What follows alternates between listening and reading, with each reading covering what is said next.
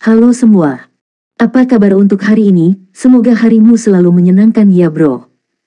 Selamat datang di channel YouTube saya. Tolong dibantu subscribe, like dan share ya, supaya saya terus semangat bikin kontennya. Wakakakak.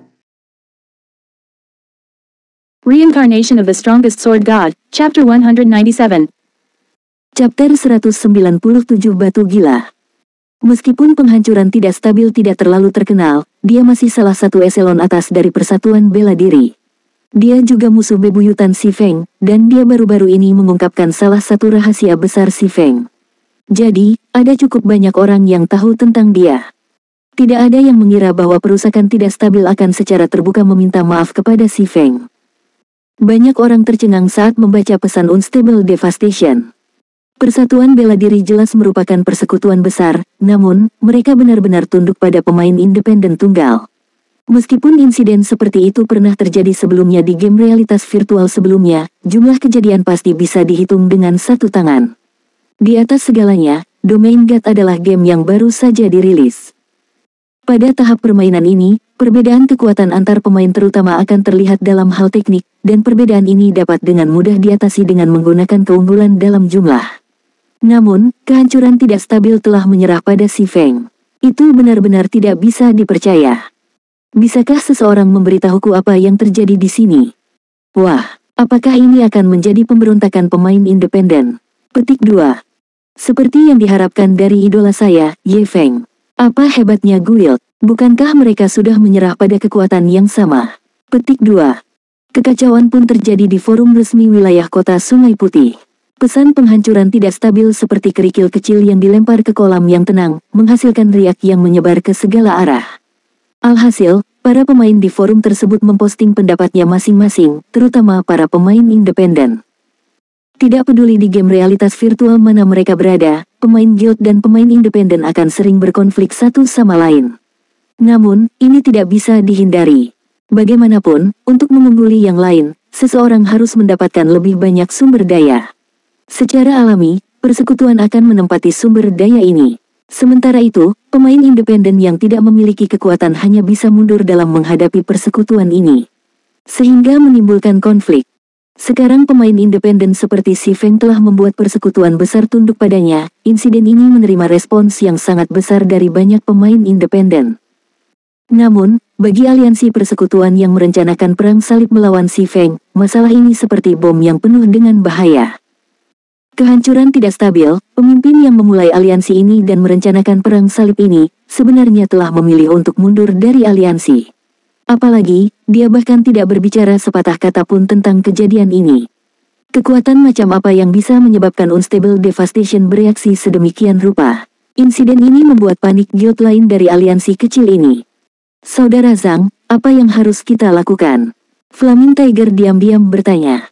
Karena tindakan mengejutkan dari penghancuran tidak stabil, berbagai persekutuan dalam aliansi kecil mulai merasa tidak aman. Zhang Luowei berpikir keras untuk beberapa saat sebelum berkata, mari kita tidak melibatkan diri dulu. Kami akan menunggu sampai kami semua berada di White River City sebelum kami menangani masalah ini. Namun, baginya untuk memaksa orang seperti perusahaan tidak stabil untuk tunduk, saya benar-benar meremehkan Ye Feng ini. Beritahu Ling Feilong untuk menghubungi Ye Feng, lihat apakah dia bisa membuat Ye Feng bergabung dengan Shadow. Meskipun Shadow baru saja memulai pengembangannya, sumber daya kami sangat banyak. Beritahu Ling Feilong ini, selama Ye Feng setuju, saya bisa memberi Ye Feng posisi yang lebih tua, gaji tahunan 1 juta kredit, dan 10% dari saham Lokakarya. Flaming Tiger tertegun. Dia mengakui bahwa dia bukan lawan Si Feng dan bahwa keterampilan Si Feng lebih tinggi dari dia, tetapi bukankah janji ini sedikit terlalu besar? Tidak hanya seorang tetua persekutuan dapat hidup dengan santai, tetapi otoritas yang mereka miliki juga hebat. Selain Broterland dan Zhang Luowei, Si Feng akan memiliki otoritas tertinggi di Shadow, belum lagi gaji tahunan 1 juta kredit dan 10% dari saham Lokakarya. Bahkan Flaming Tiger hanya memiliki gaji bulanan minimum 20.000 kredit. Flaming Tiger tidak bisa mengerti mengapa mereka harus membayar harga yang begitu besar untuk merekrut Si Feng. Namun, dia tidak memiliki suara dalam masalah ini, jadi dia hanya bisa melakukan apa yang diperintahkan. Tanda hubung. Kota Sungai Putih, area perdagangan. Setelah kembali ke kota Sungai Putih, Si Feng pertama-tama menuju ke bank. Dia mengambil 500 tumpukan Hearthstone, berniat untuk menjual hanya sebagian dari sahamnya untuk saat ini. Karena peningkatan besar dalam permintaan batu keras, harga telah mencapai perkiraan si Feng yaitu 10 koin perak per tumpukan. Meskipun harga ini masih akan naik nanti, itu sudah mendekati batas yang bisa ditangani pemain. 500 tumpukan batu keras ini hanyalah sebagian kecil dari batu keras yang dimiliki si Feng. Hanya berdasarkan jumlah Hearthstone yang selalu dibeli si Feng sebelumnya, stoknya melebihi 10.000 tumpukan. Ini juga salah satu alasan mengapa berbagai persekutuan besar di kota Sungai Putih tidak dapat membeli batu keras apapun. Si Feng telah membeli semua batu keras ini ketika harganya paling rendah, dan dia hanya membayar sekitar 30 koin emas untuk mereka. Namun, nilai mereka saat ini jauh melebihi biaya awal mereka. Setelah menjual 500 tumpukan ini, seharusnya sudah waktunya untuk membawa Blacky dan yang lainnya menyerang ruang bawah tanah tim level 10, Pabrik Goblin. Si Feng merencanakan dalam hati. Meskipun level Blacky dan Lonely Snow tinggi, keseluruhan peralatan yang mereka miliki di bawah standar. Hal yang sama berlaku untuk peralatan si Feng. Namun, setidaknya itu adalah set equipment pendekar terbaik untuk pemain level 10 dan di bawahnya. Peralatan rekan satu timnya, di sisi lain, hanya bisa digambarkan sebagai yang menyedihkan. Pada saat ini, sudah ada lebih dari 500 pemain yang telah mencapai level 10 dan namanya terukir di daftar peringkat wilayah kota Sungai Putih. Artinya, sudah ada lebih dari 500 pemain yang telah memasuki White River City.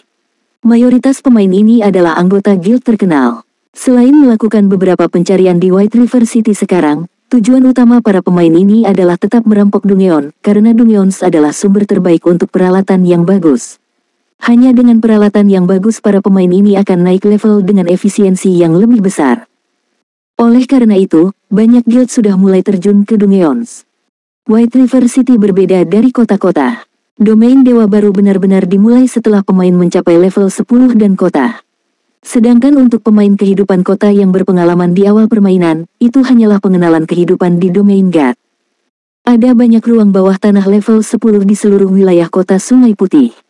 Jumlah party Dungeons dari level 10 hingga level 12 melebihi 20, dan tingkat kesulitan penyerangan mereka sangat bervariasi. Sementara itu, 10 orang Dungeon tim level 10 berjumlah sedikit lebih rendah, tetapi masih ada 12 ruang bawah tanah yang tersedia. Adapun Dungeon skala besar level 10, ada 3 di dalam wilayah kota Sungai Putih.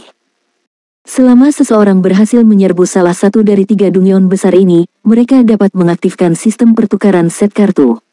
Nilai set kartu juga akan mencapai nilai tertinggi ketika saatnya tiba. Sementara itu, setelah memasuki kota Sungai Putih, prosedur penyerangan normal untuk pemain dimulai dengan ruang bawah tanah party untuk meningkatkan peralatan mereka. Mereka kemudian akan melanjutkan ke Dungeon tim skala kecil dan akhirnya, Dungeon skala besar level 10. Saat ini, banyak persekutuan sudah mulai menyerbu Dungeon kecil dan terus meningkatkan peralatan mereka. Akhirnya, semua persekutuan di kota Sungai Putih hanya akan memiliki satu tujuan, memperoleh penyelesaian pertama dari salah satu dari 3 ruang bawah tanah tim berskala besar. Sebuah tim hanya bisa mendapatkan first clear dengan menyelesaikan mode neraka dari Dungeon. Selain itu, penyelesaian pertama ruang bawah tanah tim skala besar sedikit berbeda dari ruang bawah tanah tim skala kecil. Pencapaian tersebut tidak hanya akan diumumkan di seluruh wilayah kota Sungai Putih, tetapi juga akan diumumkan di seluruh kerajaan bintang bulan. Itu adalah salah satu cara terbaik untuk meningkatkan ketenaran seseorang di seluruh kerajaan bintang bulan, dan itu juga menunjukkan kekuatan persekutuan. Oleh karena itu, Dungeon skala besar dianggap sebagai medan pertempuran sebenarnya untuk berbagai guild besar. Sementara itu, bagi guild yang sering bertempur di dalam Dungeons, Whetstones akan menjadi salah satu bekal strategis mereka. Situasi ini akan semakin meningkatkan kebutuhan guild ini akan Hearthstone, menyebabkan harga Hearthstone melonjak sekali lagi. Jadi, si Feng memilih untuk menjual stok Hearthstone-nya saat ini. Saat ini, si Feng tidak fokus untuk menaklukkan ruang bawah tanah tim skala besar. Dia tahu batasannya sendiri, dan dia tidak akan mencoba bersaing dengan persekutuan terkenal itu. Tujuannya sekarang hanya untuk menaklukkan tim Dungeon skala kecil level 15, Kastil Iblis. Namun, mengenai kekuatan atau jumlah, timnya masih jauh dari mampu merampok Kastil Iblis. Mereka membutuhkan beberapa peningkatan sebelum mereka dapat menghadapi tantangan itu. Sesampainya di rumah lelang kota Sungai Putih, si Feng dengan santai duduk di sudut dan membuka antarmuka sistem rumah lelang. Dia kemudian memilih untuk menjual dagangannya di wilayah kota Sungai Putih. Dengan begitu, dia tidak perlu membayar biaya sebesar itu.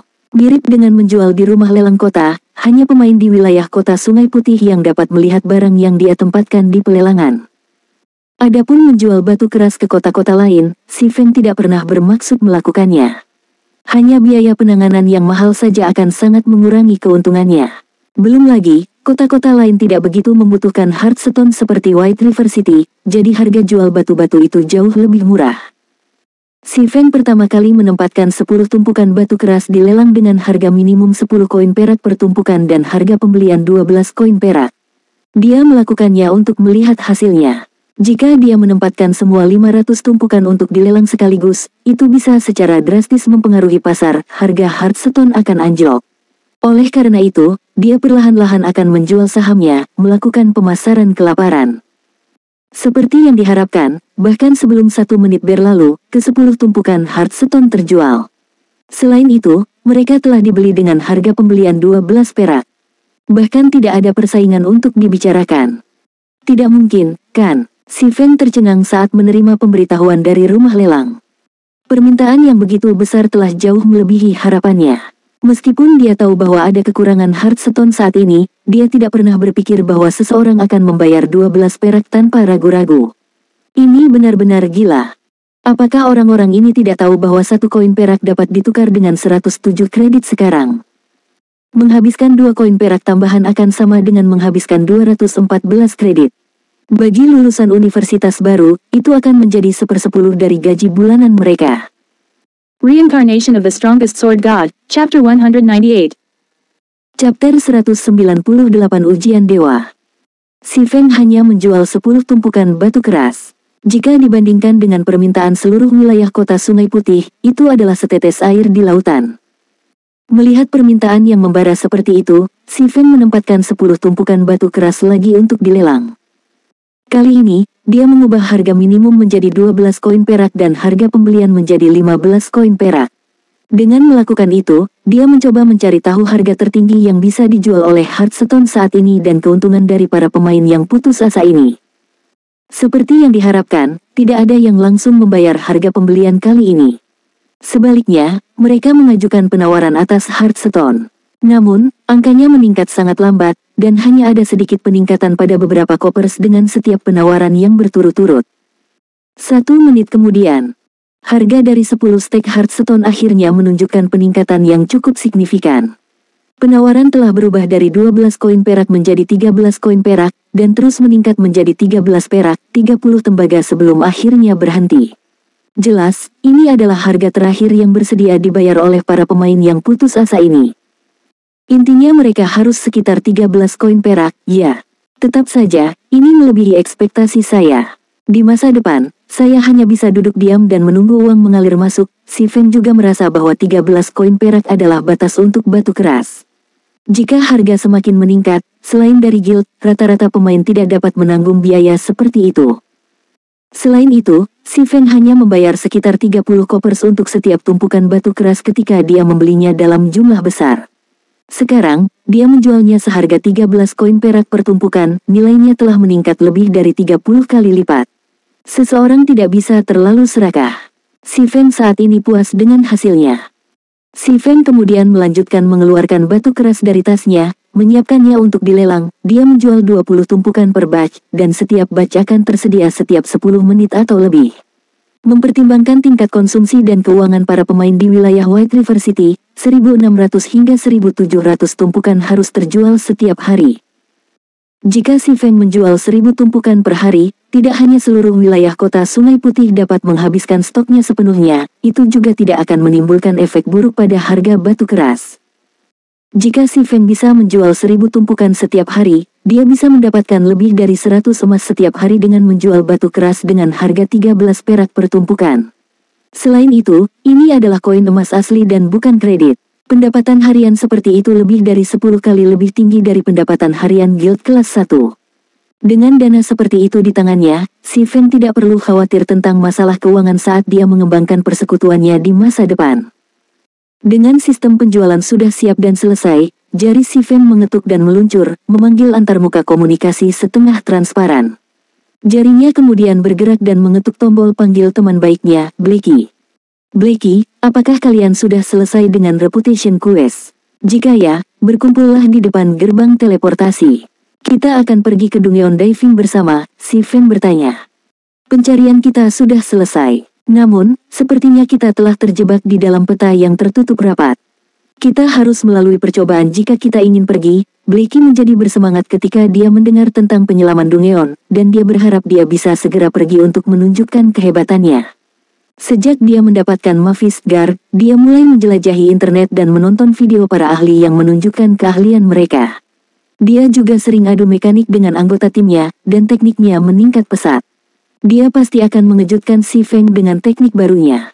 Sayangnya, dia tidak bisa melakukan semua itu sekarang. Peta tersegel. Alis si Feng berkerut, pikirannya memasuki pikiran yang dalam.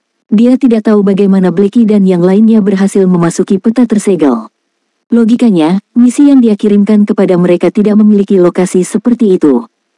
Namun, setelah mengingat deskripsi Blackie tentang tempat itu, dia tiba-tiba memahami situasi Blackie dan yang lainnya. Dia tidak bisa tidak mengakui bahwa keberuntungan mereka benar-benar mengesankan. Ada berbagai peluang ajaib yang tersedia di domain God, dan pemain paling sering menemukan Trial of God. Pemain juga menyebutnya ujian pahlawan, dan itu adalah ujian yang diberikan oleh dewa bagi manusia untuk menjadi pahlawan. Selama itu adalah peta level 10 atau lebih, ada kemungkinan percobaan ini muncul. Pemain kadang-kadang akan menghadapi uji coba ini di lapangan, mencari atau leveling. Namun, kurang dari 1 dari 10.000 pemain akan memiliki kesempatan untuk memenuhi uji coba ini. Blackie dan yang lainnya pasti beruntung karena menghadapi cobaan ini. Setiap ujian pahlawan adalah kesempatan yang dikirim dari surga. Selama pemain bisa menyelesaikannya, mereka akan menerima hadiah yang melimpah. Dalam uji coba ini, peralatan dan EXP dianggap sebagai bentuk hadiah terendah. Jika pemain dapat tampil sangat baik dalam percobaan pahlawan, mereka dapat menerima peningkatan atribut permanen, keterampilan super langka atau ditingkatkan, penguasaan senjata dalam jumlah melimpah, dan banyak lagi hadiah super langka. Senjata dan perlengkapan hanya dapat digunakan untuk jangka waktu tertentu, mereka seperti benda asing. Mereka bukanlah benar-benar bagian dari kekuatan seseorang. Namun, akan berbeda ceritanya jika pemain dapat menerima hal-hal seperti peningkatan atribut permanen dan keterampilan super langka. Nilai dari hal-hal semacam itu jauh melampaui senjata dan peralatan, dan itu akan sangat membantu perkembangan seseorang di masa depan. Berapa banyak warna di pintu sidang yang kalian masuki? Si Feng bertanya. Pertanyaan si Feng membingungkan Blackie. Namun, sejak si Feng bertanya, Blackie mencoba mengingat jumlah warna berbeda pada pintu ganda besar yang mereka masuki. Dia kemudian berkata dengan tidak percaya diri, saya pikir ada 4 warna. 4. Apa kalian mencoba membuat dirimu terbegal? Si Feng segera ingin memarahi Blackie. Ujian dewa tidak hanya memiliki prestasi, tetapi juga akan memberikan hukuman. Hukuman dan imbalan yang diberikan juga sama. Di domain God, dengan peluang datanglah bahaya. Tidak ada yang namanya makan siang gratis di domain Lord, dan bahkan jika ada, itu mungkin sangat meracuni Anda sampai tiada. The Trial of Heroes biasanya dikategorikan menjadi 7 tingkatan. Jika hanya ada 1 warna di gerbang teleportasi, maka percobaannya adalah tingkat 1, itu juga merupakan percobaan termudah untuk diselesaikan. Seiring dengan peningkatan jumlah warna, kesulitan akan meningkat secara eksponensial. Jika ada 4 warna di pintu ujian, maka itu akan menjadi percobaan tingkat 4. Kesulitannya akan menjadi sekitar 8 kali atau lebih dari itu dari percobaan tingkat 1. Jika Blackie dan yang lainnya bisa menyelesaikannya, hadiah minimum yang bisa mereka peroleh adalah peringkat Fine Gold atau di atas senjata dan peralatan. Biasanya, itu akan menjadi item dengan peringkat Dark Gold. Jika mereka dapat menyelesaikan uji coba dengan tingkat penyelesaian yang cukup tinggi, ada kemungkinan mereka dapat menerima peningkatan atribut permanen atau salah satu keterampilan mereka ditingkatkan ke versi yang lebih kuat. Namun, hukuman untuk percobaan tingkat 4 bukanlah masalah bercanda. Jika Blackie dan yang lainnya gagal menyelesaikan persidangan, hukuman paling ringan yang mungkin mereka terima adalah kerugian besar dalam EXP, mereka bisa saja kehilangan beberapa level. Blackie dan yang lainnya bahkan mungkin kehilangan sebagian dari atribut atau penguasaan skill mereka secara permanen, mungkin memasuki keadaan lemah untuk jangka waktu yang lama. Hukuman berat seperti itu juga merupakan salah satu alasan mengapa sebagian besar pemain menghindari memasuki pintu ujian setelah menemukannya. mereka malah akan memilih untuk menjual informasi ke persekutuan besar, menghasilkan untung besar. Saudara Feng, apakah kita dalam situasi yang sangat berbahaya? Mendengar kepanikan si Feng, Blackie tidak bisa menahan untuk tidak menelan dengan gugup, detak jantungnya meningkat dalam kecepatan. Sementara itu, Firedance dan yang lainnya yang berdiri di samping Blackie juga menjadi sangat serius setelah mendengar kata-kata si Feng. Mereka tidak lagi berani meremehkan ujian ini. Saya hanya bisa memberikan nasihat kepada kalian.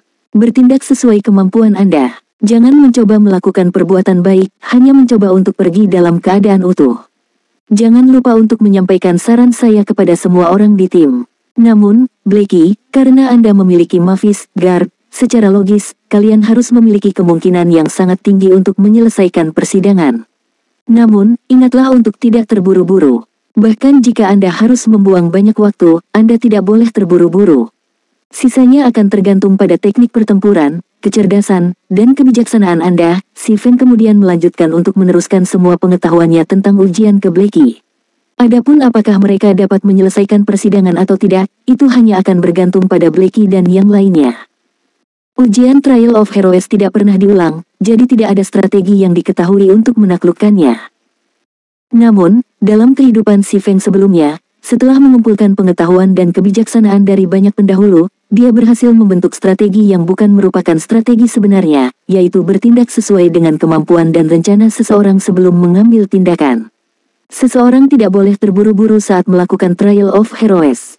Selain itu, tidak ada strategi yang benar untuk menaklukkan ujian pahlawan. Dengan Firedance, Cola, dan Blackie Mavis Guard, mereka harus bisa menyelesaikan percobaan 4 warna. Namun, mereka seharusnya tidak dapat meninggalkan persidangan dalam waktu singkat. Si Feng merasa sakit kepala. Dia awalnya bermaksud untuk meningkatkan peralatan mereka dengan merampok Dungeon.